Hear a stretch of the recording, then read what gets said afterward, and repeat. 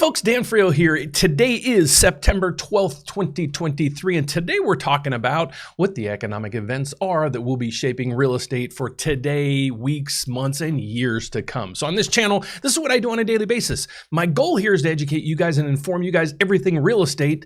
That's what we're going to do. So without further ado, let's get over to it. What we do on a daily basis is we monitor kind of what the bond market, the news, and everything else to figure out what is coming up that might play a big impact or a big role in the housing market. Well, next week we had the Federal Reserve meeting. So let's get over and look at what the Federal Reserve is looking at to see if we can get a gauge on what they might do next week. So without further ado, let's get over to it. The first thing we want to look at is the economic calendar. And later this week, we have a fantastic lineup of guests. I guess I'll put it that way. The guests are the CPI, that's consumer inflation numbers. Then we go down through here and we see the PPI, and then we also have initial jobless claims. Why is all this important? Well, this is all important because this is what the Federal Reserve is going to monitor to see, are we going to continue to raise rates, or are we going to basically sit on the sidelines right now and let things work their course?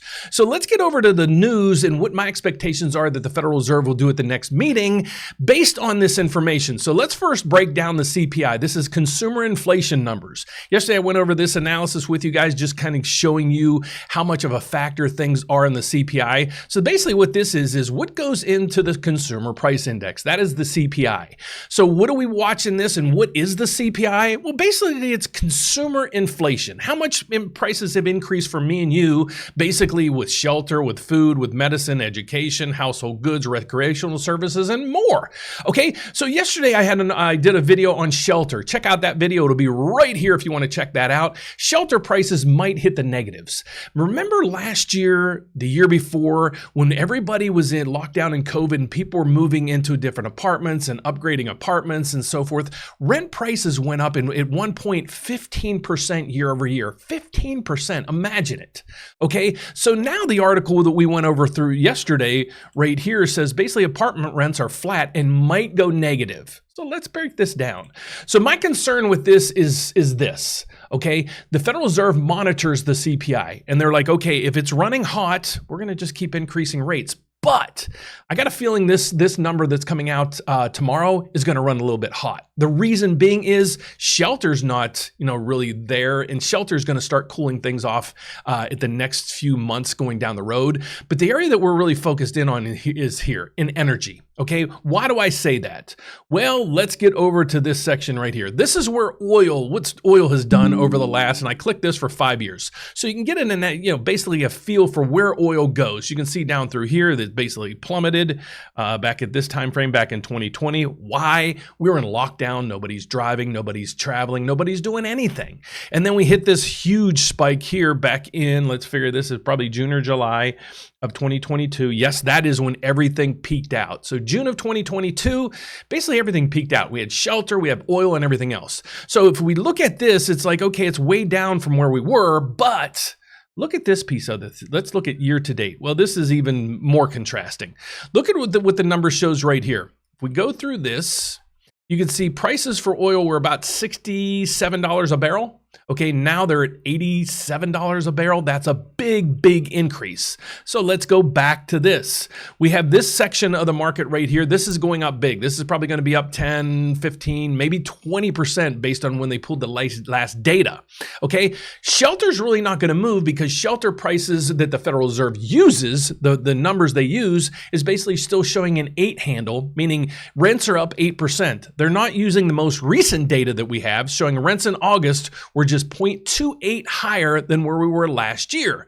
So this number gets a little bit of lag when it comes to the Federal Reserve. So let's put this in a snapshot for you. The CPI number, the consumer inflation number, is going to come in. Shelter, the number that they're still using on shelter is still that bad number. And we have evidence right here. It's coming down and may be negative soon.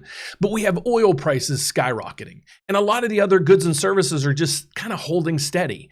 So if you have one little segment up 10, maybe 20% month over month, you're going to see this number uptick. So I'm expecting the CPI to uptick, but I'm not concerned what the Federal Reserve is going to do. And the reason being in why is let's get back to the economic calendar. What you see on here is you see CPI numbers. You have what's called core CPI, month over month. Then you have CPI month over month, and then CPI YOY year over year. Let me break this down. The Federal Reserve, even Federal Chairman Powell said at the last meeting, we are concerned with the core PCE, the core CPI, and the core PPI. All those abbreviations I just stated were basically inflation measures, okay? So they're saying we monitor the core. Okay, what is the core? Well, core inflation, or on the core CPI, basically what they do is they strip out, they pull out the numbers for these components right here. They pull it out for food, right here that you're seeing, and energy. Why? Well, the reason why is right here. Oil can be so fluctuating. Let's just go to, let me see if I can pull up this chart to go over 1 month. In 1 month, this is where we were. $77 a barrel, now to $88 a barrel. That's why we had 1 month which ran out of control, because we have Russia doing their thing, China doing their thing. Now we have North Korea joining in with China on some things. It's a scary world out there, folks. But this is the reasoning behind basically the numbers that we're going to see from the inflationary numbers. So let's get over, based on this information, because there's really no economic news out today. You can see the first news this week is on Wednesday. So what we're really focusing in on is what the Federal Reserve is going to do at the next meeting. Guys, the next meeting is next week. So we really have to start focusing in on that. So we have the components that make up the CPI. We have a huge component in there that's housing or shelter that's crashing. Okay, but we have oil over here that's really running up. And when will this end? I don't know. But as you can see from the chart, you can go over here, a 5-year chart. Oil's all over the map. It never used to be that way before COVID. And then we plummeted during COVID. And then we had the Russian war and everything else. And the whole market is a mess. So that's why we watch this on a daily basis. So let's go over now and let's figure out, is the Federal Reserve going to raise rates at the next meeting? How do we know this? Well, we go to the CME, it's the Chicago Mercantile Exchange, and we check their CME FedWatch tool. What this tool is actually is what's the likelihood the Federal Reserve will change the rates, the federal funds rate, at the next meeting. Okay, the rate currently is 5.25 to 5.5. So if we go down through this section here, it's going to say right through here, 5.25 to 5.5. That's where we are, and they're expected a 93% chance that we're going to stay there. However, this meeting is fantastic. The reason being is they're going to update their dot plot. Okay, so you guys hear me talk about the dot plot a lot, and you're going to hear this more and more and more in mainstream media and all the financial channels. What happens is the Federal Reserve meets usually about every 6 to 8 weeks. They sit down and they go over their policies and say, we're going to raise rates, we're going to keep rates the same, or they're going to make their final decision. But what they also do is they plot out where they expect, as individual members of the Fed, each one of them puts a dot right where they expect the federal funds rate to be this year, next year, 2025, and we won't think about the rest of the time. So this is the dot plot that you're going to see. This will be revised at the next meeting, but right now, Fed officials are telling us, well, we're going to hold these high rates for longer and steadier. Well, it's not represented in the dot plot. So will they change the dot plot at the next meeting? Here's what the dot plot is. Basically, all members put a dot where they expect the federal funds rate to be. You can see right now it is right through here. So that means the rates, they're expecting it to be 5.5 to 5.75. See where all these dots are in that range? That's 5.5 to 5.75. So that's why people keep saying there's probably one more rate increase coming, okay? But let's scroll out to where they expect us to be next year. This is basically the Fed members, folks. You see the most dots right in here. That rate goes across here. It's 4.25 to 4.5. Okay, remember, right now we are, let's go up to here, to the current, click that. We are at 5.25 to 5.5. So that means the Fed is telling us, based on their dot plot, that they expect rates to drop all the way down to 4.25 by next year. So that means there's a 1% disconnect between where we are today and where we are next year. But like I said, we're going to focus in on what the dot plot's going to tell us after the next meeting, because they're going to revise this whole dot plot scheme or plan or charts charts. And that gives us some guidance going into the future. Why that's good is now the stock market, the bond market, and everything, everybody can say, okay, here's what the Fed is telling us, and here's what they're also signaling to the markets. Okay, so that's why this is a fantastic week when it comes to economic data. So without further ado, what is this data that we're having today? How's it affecting the markets? Well, to find out, we go over to this here. This is the bond market. This is one of the screens that I watch on a daily basis. Why? I'm a mortgage advisor, licensed in all 50 states as well as Puerto Rico. So if you're out there and you need help with a mortgage, love to help you. I'll give you all my information at the end of this video. So right now, what this is telling us is the bond markets are basically just flat. So we watch the 10-year treasury just to see what's going on with treasuries, but we really focus in on this bond right here. This is the mortgage-backed security bond. Why would you follow the 10-year treasury if you're trying to follow mortgage rates? Why not follow the mortgage bond? Okay, so what this is telling us right here is the price of the bond and what it's doing so far today. So right now, the bond price is 98.16. It is down 2 ticks.